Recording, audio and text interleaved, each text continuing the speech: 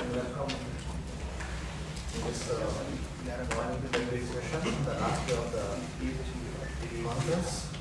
We have Dr. Pradeep Dutta, who is Chairman Department of Mechanical Engineering in the Institute of Science here at Bangalore. Of course, you know him, that is our conference chair. Dr. Datta, to introduce you very briefly, he received his bachelor's degree in mechanical engineering from IIT Kharagpur and master's from IIT Chennai and PhD from Columbia University. He held faculty positions at Columbia University and at Tennessee Tech University before joining Institute of Science as faculty in 1996. The research group focuses on development of advanced energy technologies related to solar energy, cooling of electronics, supercapacitor, thermal management, and on thermal technologies related to phase change. I have been elected fellow of ASME and fellow of all the four national academies of India and science and engineering. And several other awards. Professor Dutta has received the OSIP Award for Industrial Research, ISC Alumni Award for Excellence in Engineering Research, INE Professorship Award, and several other distinguished awards for various organizations. As I mentioned, Professor Dutta is currently Chairman of the Department of Mechanical Engineering, and it is with great pleasure on behalf of all of you and the society, we welcome Professor Dutta for the presentation.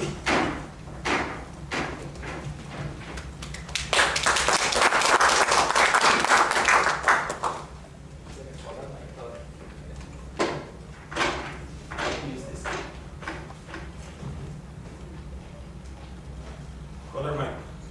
So, I can take this. Stand here.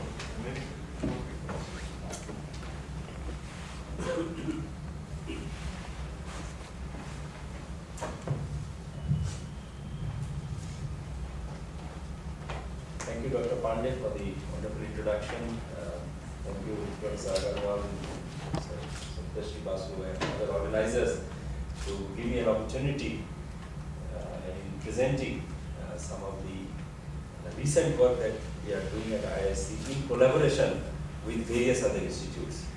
So this is a special topic that I am going to present, that is a new type of power cycle to harness any kind of heat source that is available. It is initially, this kind of cycle was proposed for nuclear power, but then when solar was catching up and solar thermal was being looked at with a renewed interest, it is still being looked at with interest, this kind of power generation became more relevant at this kind of cycle. And then now it is looked upon as a possible future power cycle even for fossil fuel based or any other heat source based power plants, mainly because not just the extra efficiency but also, as I will describe, lower footprint, lower cost and scalability and so on. So, but before I go into the actual topic of supercritical CO2, let us go back one step and look at why is renewable energy expensive. And we all are from that area, so we don't need that introduction. Especially for students, I would like to present these first few slides, that why are we always talking about how difficult it is to implement renewable energy as an energy source, even though the resource is free, like solar or wind. Mainly because we need to look at our fundamentals. That is the second law of thermodynamics, which we cannot do away with. And that second law of thermodynamics actually tells us that renewable energy, by and large, is always available in a low-grade form. What it means here is that energy density is quite low compared to the fossil fuel based. And once the energy density is low, we have to spend money. What we mean by energy density low is that we are, as far as thermal is concerned, to convert that heat source into useful energy like electricity. If the heat source is available at high temperature, we have a very high Carnot efficiency. On the other hand, if the heat source is available at low temperature, the same amount of heat is going to give you much less in electricity as power. So, what means that when we have low grade energy in the form of renewable energy, we need to upgrade it to a high grade energy. So therefore, we need to concentrate. And this kind of concentration should not be looked upon as in isolation, whether it is thermal or whether it is wind or PV or anything like that. In some form or the other, what we are doing is basically same. In the case of thermal, what we are doing is we are concentrating from a large area of collection to a small area of collection and therefore raising the temperature. So we are lifting the grade. Then what we are doing is, in the case of PV, we are doing material upgradation. In the case of wind also, we are doing from a large scale collection to a small scale, because we are investing in the large turbine system and we are collecting in the large wind turbine blades. So all it means is that we are investing in the material. So ultimately it is the material which drives. So we have material scientist Professor Chottapalli just walked in here. So you would definitely agree with me that ultimately the key to the success of any renewable energy is actually the material, because to do the concentration or to upgrade the form of energy to a high grade, we need to invest in the material, and there comes the capital cost. And that capital cost is actually what drives whether a particular energy form is going to be sustainable or not. So, and that is the capital cost, which is what we hear about solar cost coming down is actually is a levelized cost of electricity spread over the entire lifetime of that solar plant that is coming down. So it is the capital cost. So in view of that, we had the Jawaharlal Nehru Solar Mission as part of the National Action Plan in 2010, and then the mission was launched in around 2011. And the targets were modest at that time as far as grid power is concerned, and off-grid also. And there was quite a bit of component of R&D as well as manufacturing, so that we slowly develop, as we deploy using our existing technology, slowly we develop more India-centric technology as well as manufacturing to scale up to the level that we want to. So at that time there was a very positive response under the solar mission from the industry, and the much more positive response was in PV, even though the average tariff was quite high at that point. In PV, we got response for CSP because of the cost issues and also engineering issues. And then it was targeted that around 2018 we'll have grid parity. But so this was the PV curve that was projected, and this was the CSP curve, so it was almost same as we see. And this is the curve based on the coal-based power generation. So the grid parity was targeted sometime in 2018, but then came a major development, especially in China, because of scaling up, not necessarily because of technology breakthrough, but because of their own internal policies, then overproduction, then scaling up, then bringing down the cost of manufacturing. So everything put together, the grid parity was received much earlier, and today the cost is coming down further and further, and we are all rejoicing, thinking that we have already solved the problem of renewable energy, especially with solar. But as a result, there was a major policy change, and the policy change meant that instead of developing our own manufacturing, especially our traders pushed the government to adopt a different policy at that time, that why wait for manufacturing to pick up, we shouldn't miss the bus, so we should remove all the anti-dumping tariffs, etc. So to import more and more. And therefore, what happened was some other kinds of trade wars also got started. And to cut a long story short, what we have to look at here is that PV is very highly import dependent as far as India is concerned, because there is very little value addition that is happening over here, because we don't manufacture silicon, also we don't even process much of it. The initial solar mission target would have been easily met. Now we have revised the target upwardly, very ambitious target of 100 gigawatts plus in 2022 instead of just 20 gigawatts. And what is happening is, with imported panels or with imported components, which form the major part of the cost of the panels, almost every unit of electricity is imported, because it's a capex which is levelized.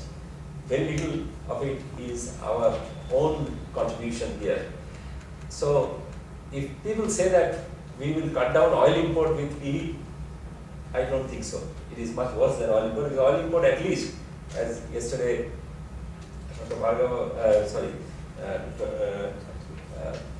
yesterday we were discussing that at least with oil there is a downstream activity which generates quite a bit of export, which is not going to happen in the case of this kind of policy. But again, the other thing, this is a slide which is borrowed from one of our collaborators, CSTEP, which is a think tank on energy policy. If you look at what they have done, is they have done the analysis of the indigenous manufacturing versus imports as far as polysilicon PV is concerned. And we look at the cost component, and this is an Indian cost versus Chinese cost versus US cost, and we look at the cell cost in India is more than twice that of China. All the other costs in India is competitive. And as a result, what's happening is, if you completely make it indigenous, we will never be cost competitive. The case with US is a bit different, because their cost is analyzed with the thin film based, not with the polysilicon. But we need to look at this kind of comparison. Now, talking about sustainability, we've been discussing for the past 2 days a lot about sustainability. And yes, if you look at sustainability energy, as far as India is concerned, if it's fossil fuel based or nuclear based, the availability of fuel is a requirement to look at sustainability. In the case of renewable, energy source is adequate. We have enough solar, we have enough wind. But what is required is, we require the right kind of technology, right kind of materials to be manufactured as well. And in fact, in the original solar mission, manufacturing was part of it as a sustainability, and we need to look at that once again. We go back to the slide which Dr. Baldevraj showed yesterday. If you recall, that in this human development versus electric consumption, where you would like to belong is somewhere here, so that our index is high. At the same time, the energy consumption is not like US or Canada. Okay. Now, how to do that? That pathway is not very clear, but what is possible and what we think is that if we focus on an energy policy which generates jobs or employment, and one of the route is manufacturing, then the energy that we generate is going to lead to human development index, and also the energy absorption will also be the right way, because people will have the money to spend it, and they will also be educated in the right way, and infrastructure will also be built. So somehow pushing that towards this may be possible through a sustainable policy which includes manufacturing. So what we need is, another thing about renewable energy is very much the resource is local, the usage is also many times the usage will be off-grid. So we need to look at many of the conditions which are India-centric. So the India-centric technologies need also to be done. Not totally different, but adaptability should be there. And of course, affordability, reliability, sustainability should be fully met. And we need to make India one of the leaders, not just purchasing what is manufactured elsewhere. So we need to be somewhere high up in the value chain of solar or any other renewable energy. Okay. And in the case of photovoltaic, we haven't missed buses, but there are the silicon based sooner or later is going to give way to other newer technologies. So we need to leapfrog into the new technologies as well. And that would require innovation, so we need to encourage more and more innovation. And this requires a major national R&D effort. Okay. What Dr. Baldev Raj was talking about yesterday, it needs active involvement of industry, academia, government. So in that context, we do have solar thermal as a potential technology. Now, solar thermal or concentrating solar power, CSP, that is referred to when we generate power. Everybody knows what it is, so I'm not going to repeat it. And there are certain advantages that we need to look at. We need to look at our strength also. That is, the strength as far as India is concerned, that we already have quite a bit of establishment in thermal power generation. So a lot of the technology that is required is already there. And of course, there's quite a bit of engineering, on-field engineering that is required in the case of solar thermal, which is something that we need to pick up in order to make it viable.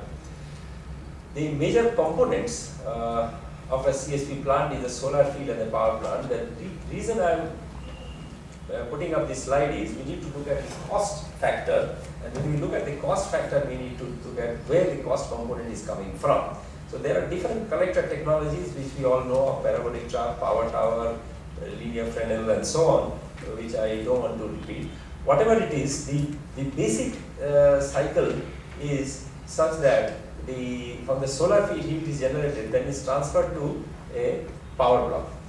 So this power block can be steam based, it can be the CO2 based that I was just talking about, or it can be organic Rankine cycle, whatever it is, the power conversion cycle, and this is the heat exchanger where heat is transferred from the thermic fluid or rather whatever heat transfer fluid to the power block. So this kind of cycle is quite common, and there are several types of collector technology options which I am not going to repeat. So this is a common knowledge by now. It all depends on what kind of cycle that we are looking at to look at which kind of collector technology is suitable for that particular application.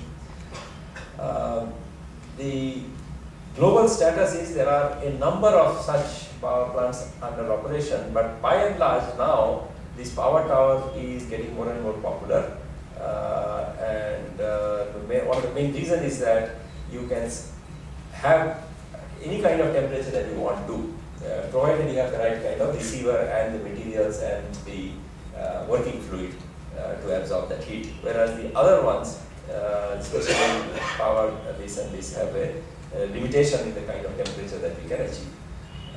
And these are dishes, not just Stirling dish, but other dishes also. They are quite handy because for small scale power generation it may be useful.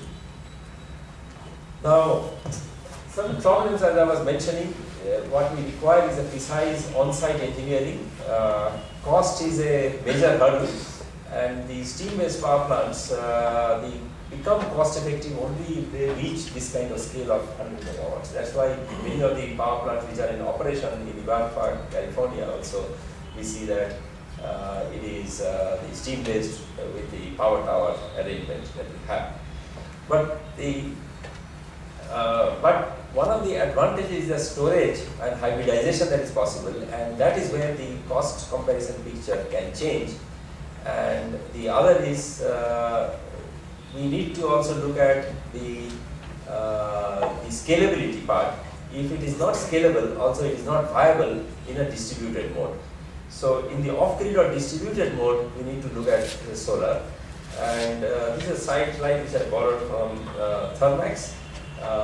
To look at solar in central or distributed mode, we have a number of heat sources or the energy sources here, and there is a grid, and this is at the user end of it.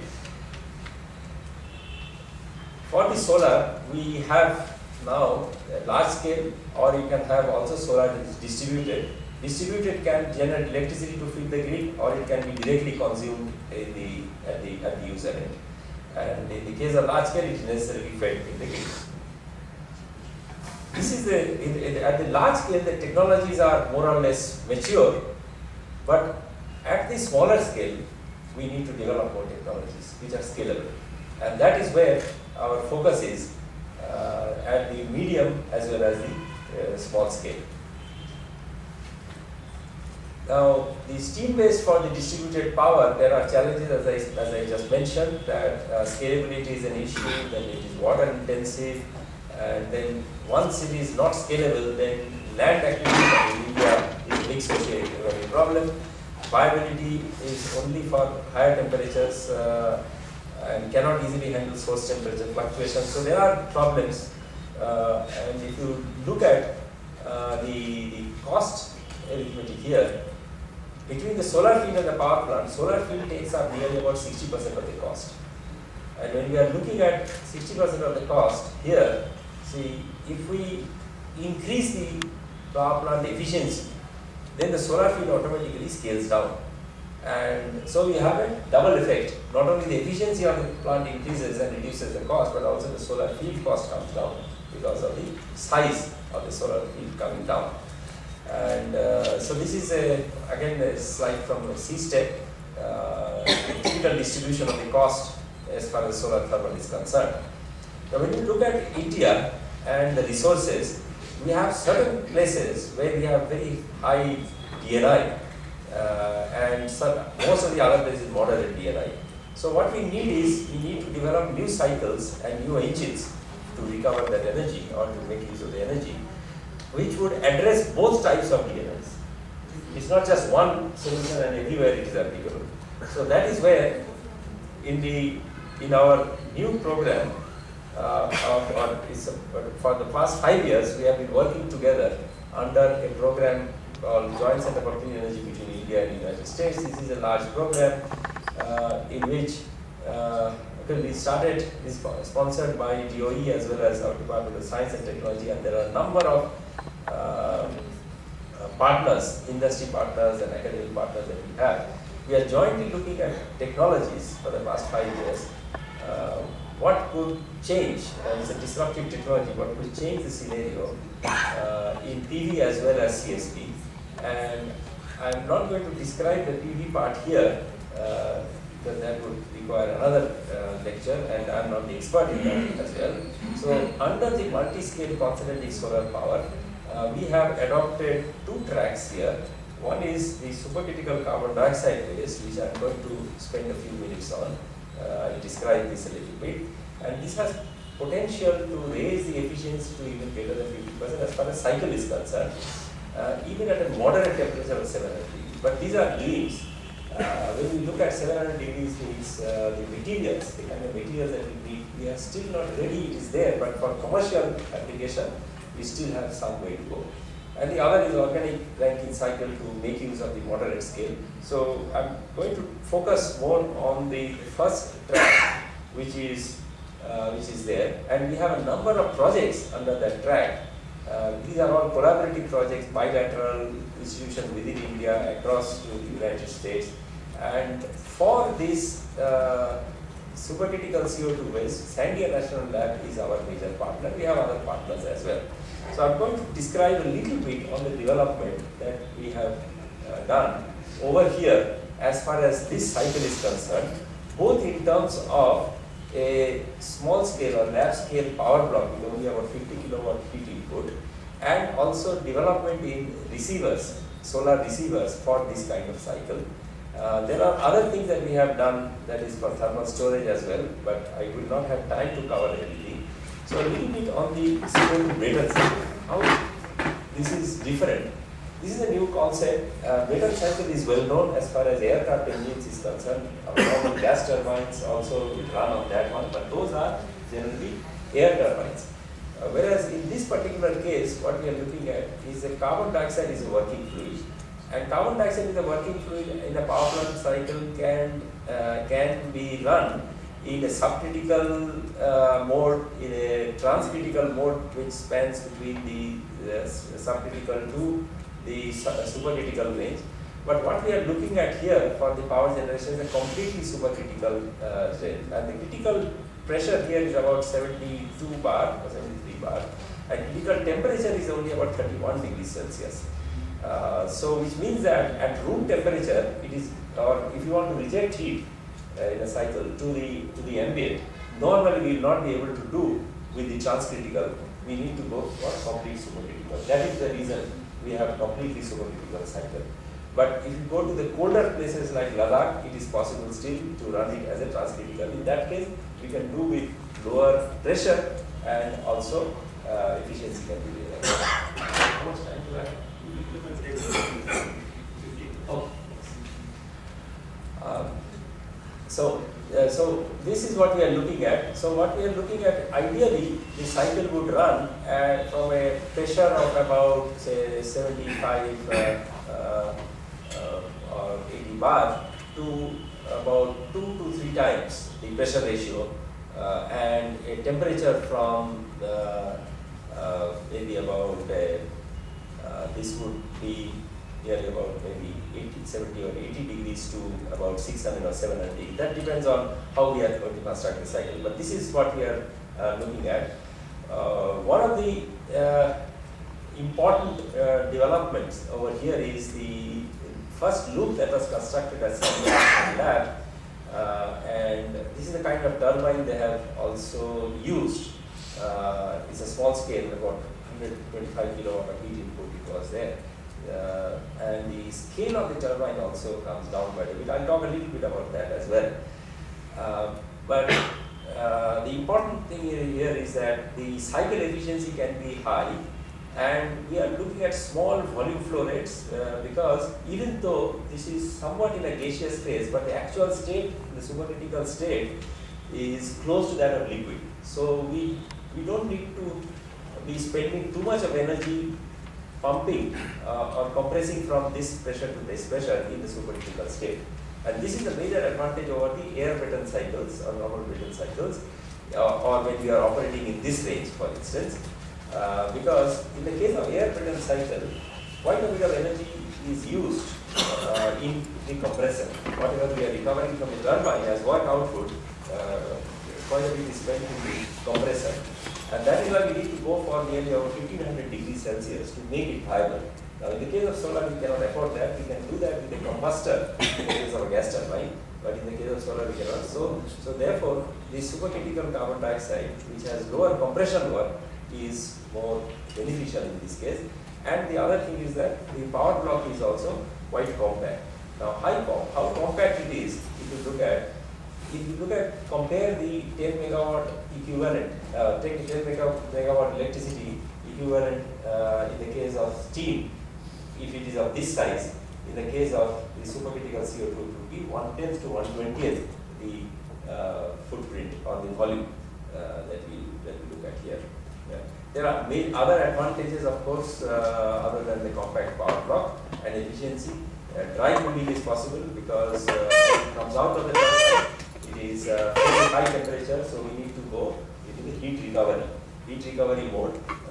So there is a recuperator which takes us to about 300 degrees of heat recovery we do here, and then the rest of the heat is coming from solar or the other heat source that we are talking about. So this is how it runs. So dry cooling is possible, and we don't need basically a cooling tower. And it's versatile, or I would say that it is heat source agnostic, that it can take any of the heat sources, plus it is scalable.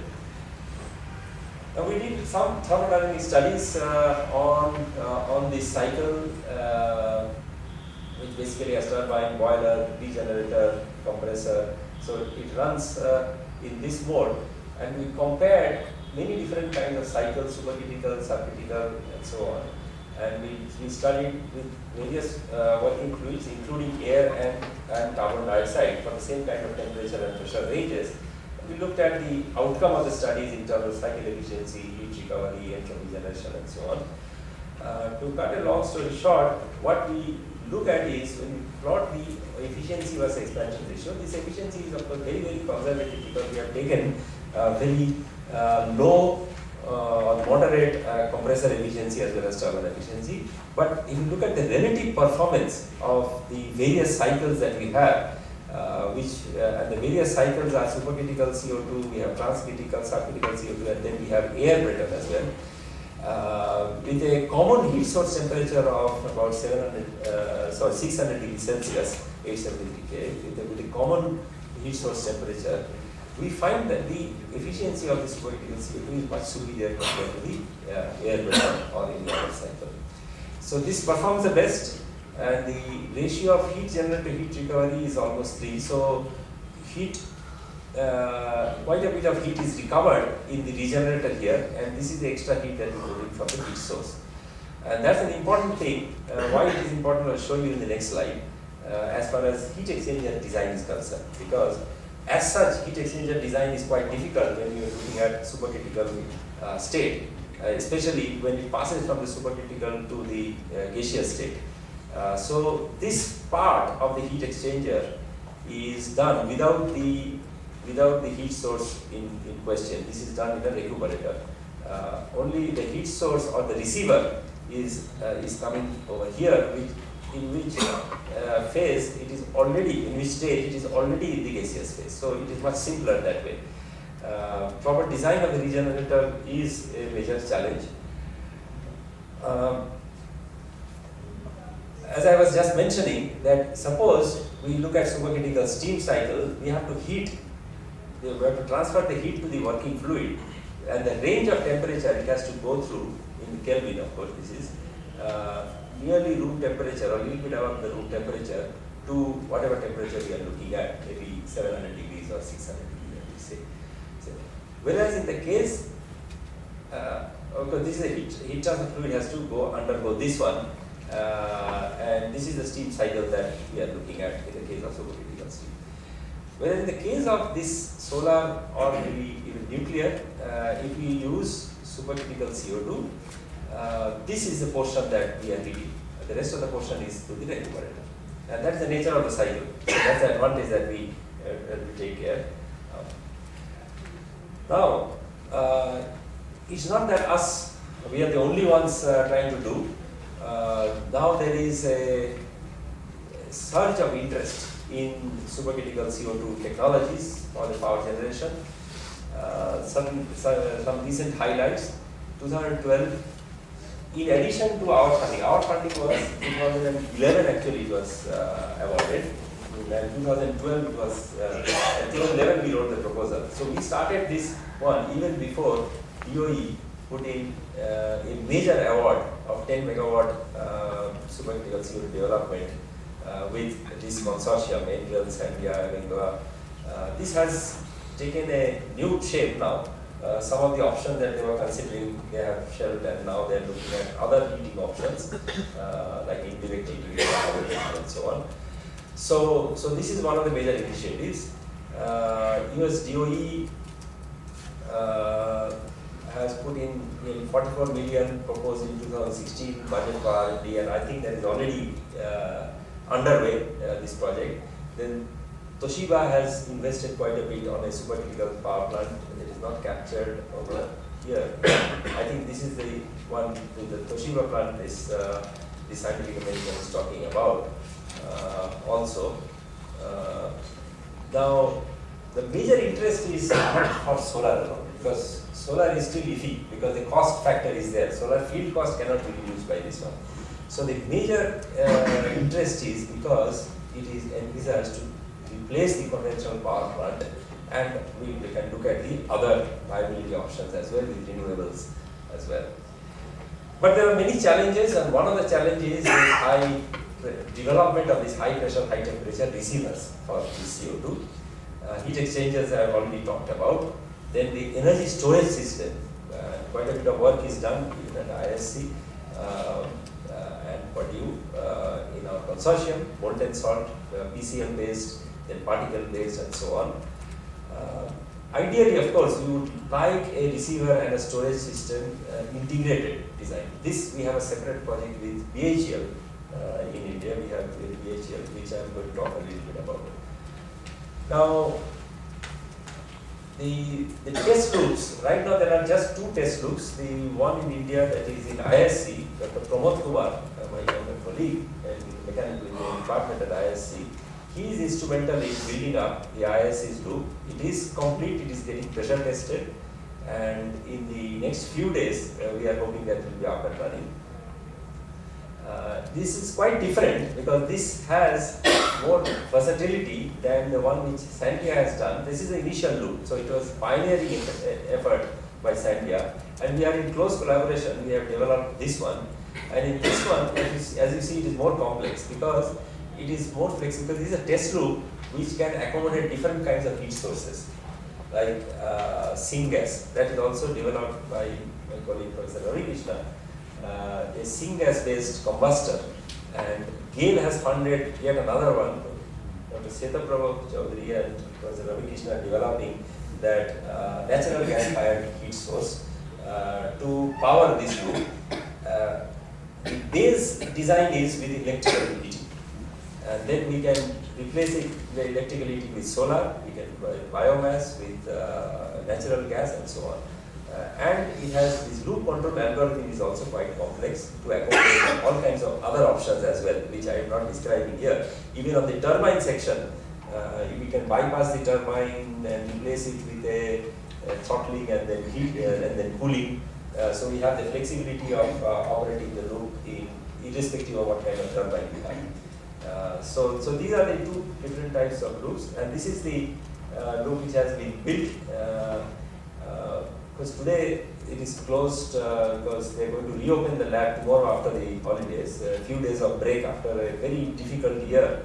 The lab group has taken a short vacation and they will be back tomorrow. So otherwise I would have offered for all of you to come and see it. But I think in the next visit, or those who have a chance to stay until tomorrow, is possible to see. Now the configuration as far as receiver is concerned, there are two configurations. One is directly heated and the other is indirectly heated, which means that in another indirect fluid which will be heated by the supercritical or by the solar field, and that will transfer heat to the supercritical CO2. Whereas directly heating, this is a big challenge, directly heating the CO2 using solar, because in the supercritical state, as it changes temperature from here to there, there is a large property change, and that property change is difficult to handle here. So that is why in the indirect one, it is easier because we can use something like air as an intermediate fluid, and the air can transfer to the CO2, but that is not also a simple construction. I will describe a little bit of on that effort as well. The possible solar receivers are one is we are looking at high temperature and high pressure. So tubular receivers, that is working fluid passing through the tubes and then concentrated radiation falling on the surface tubes. This is the most viable option because it can handle high pressure. Okay. But there are issues of efficiency here I will describe. So we have developed one such. Sandia is the pioneer in developing this one with Inconel as a material. Then we are looking at hybrid cavity and volumetric type of receiver. This is pure volumetric, where it is a porous medium through which this, we have tried this also, but this didn't work out because of scalability issue I will describe a little bit. This hybrid with cavity and volumetry, we are now trying out. In fact, one prototype has been fabricated, which has just come yesterday. And this is a falling particle based, this schematic only, which is developed purely by Sandia National Lab. And this is working out quite well. So I will not spend time on those. Little bit on, there are existing receiver designs which are for air pressure cycle. So those are already there. So what we do is we borrow some of these concepts, but because of the higher pressure and high temperature combination that we are going to handle in the case of CO2, we need to modify these kind of designs. So already there are direct steam generation, there are air return type of receivers which are already existing. Heating of molten salt is also existing, those kind of designs. But major issues and challenges for each type of receiver we have, in this case high wall thickness, then heat losses will be also a challenge here. But there are many common issues, and those common issues are of course coatings, response to transients, reduction of strength of materials at high temperature, high and uneven thermal expansion. All these things we have to handle no matter what type of technology that we choose. But coming back to this slide where we are looking at different tasks that we have to develop the entire cycle, each development. Let us look at the first, we will focus on this receiver design at Sandia. So this has been designed and fabricated after rigorous analysis, and this is called the bladed panel receiver, where the CO2 will be passing through these tubes and radiation will be falling on this one. So this was mounted on their solar thermal tower, solar power tower at Sandia National Thermal Power, National Solar Thermal Testing Facility in Sandia National Laboratory, Albuquerque. So there it was tested with mostly with compressed air and partly with CO2 as well. And it has just undergone testing, and we are looking at the performance. And the performance so far has been quite good, except that for limited time testing, the transients was quite high. It nearly took about 2 to 3 hours to stabilize because of the big thermal mass that we have. Then the helical coil cavity receiver, this has been developed along with IIT Bombay. That has been done and tested over here. This is only about 1 kilowatt that we have done, tested with the Fresnel lens here.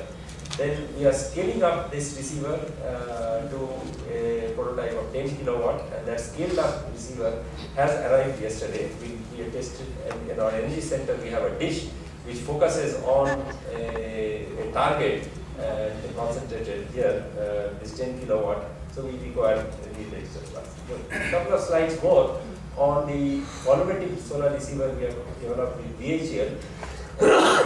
It's a BHEL Ceramic Technology Institute which is interested, and their interest is to push these honeycomb, ceramic honeycomb, which can withstand very high temperature and it can also work as a storage medium.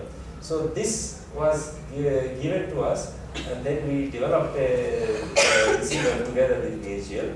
It's a 1 kilowatt arrangement only. Only thing is that because it's volumetric and it's pressurized, we need to cover it with a quartz glass.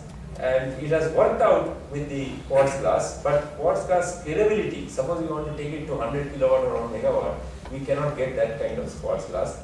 And other types of glasses we tried, they all broke because of the thermal stress.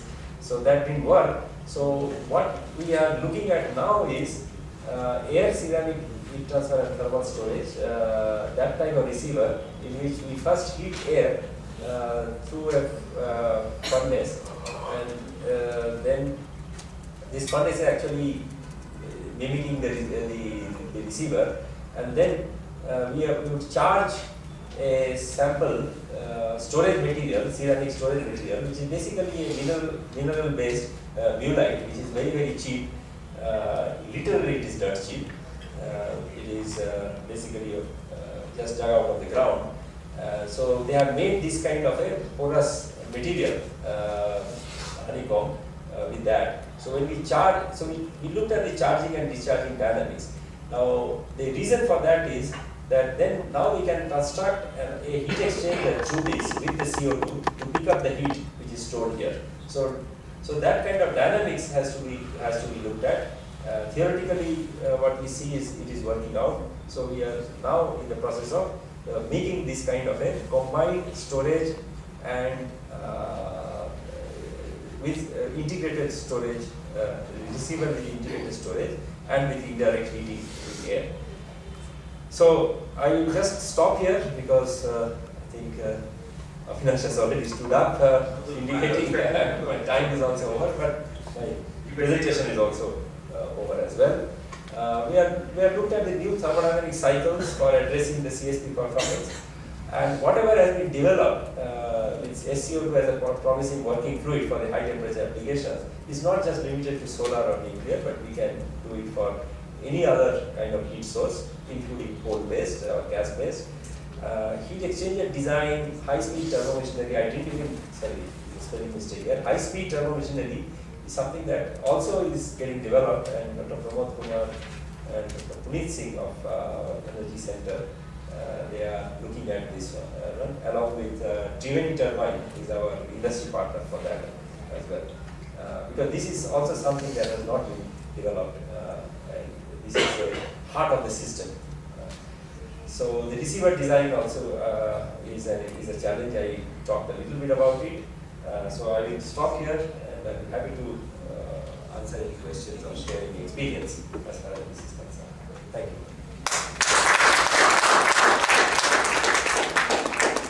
Any questions? Mr. Dutta? Yes, please. Yeah. What is your own view about, estimate about when these will become feasible commercially?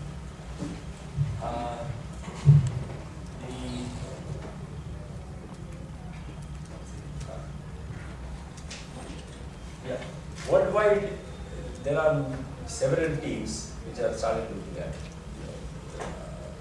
Just 2-3 years back, suddenly Toshiba announced their plan, and their plant is nearly on steam, but they have a little bit different cycle, not the same kind of Brayton cycle that we are using it, but that is also using supercritical CO2.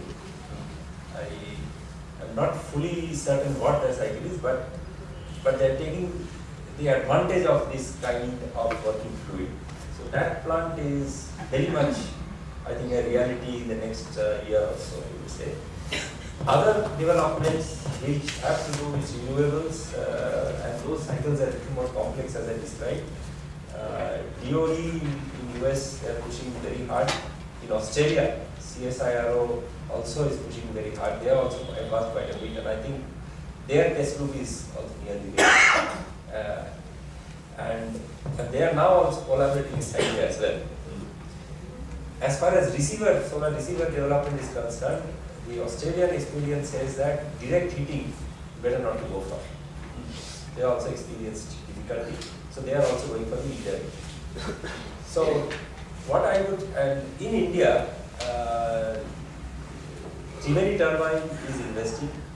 MNRE has supported quite a bit also in that program, but Triveni is looking at an investment, long-term investment in development of the turbo machinery and the generator part. Their idea is not to depend on solar or any other heat source. They have enough waste heat based applications, nearly about 600 degrees Celsius. Right now they are using steam. So they would replace this power block with that. So their focus is basically to develop the turbo machinery. So they are investing. So I would say they are looking at the next 3 years or so to do that. What would happen is if we depend on solar, then there are many ifs and buts, many questions. Cost is a major factor. But if we just develop it with a source agnostic approach, then I think the time frame could be the next 3 years, 4 years, like that we see, as far as at least pilot scale is concerned. Commercial scale can pick up very quickly after that if we are successful at the pilot scale. And the size of the plant would be how, like? This pilot scale also we are looking at minimum 10 megawatt. And that is why solar is not a good option for 10 megawatt, because you need a very large unit. So the investment, it becomes many times more. Whereas just on the power block, the investment is not that much. It is more of an R&D investment, both on the turbo machinery as well as heat exchangers. And the other option, since we are looking at time frame, if we have to go for 600, 700 degrees or beyond, then the material development comes in the way. So the safer option and the quicker option is you do it up to 550 degrees, then you can use stainless steel. And most of the advantages that we are looking at, we can realize, we can take advantage of the cycle. At the same time, not having to depend on fusion material. Let the material development go on parallel. But at least we learn many things, and even at 550 degrees or 500 degrees, these plants will operate with lower cost and higher efficiency compared to the steam equivalent. So that's the answer, I think, to that. We restrict it to steel right now, but what happens is many of the funding agencies sometimes is that you should directly go for high temperature material. That's a good option. We should not ignore it. So I think parallelly we should develop it. But system level should not wait until the material is developed. And also this again a little late, but is it possible to integrate this biological system like this carbon dioxide sequestering LV, particularly in order to induce with the help of some materials and how to go for that one?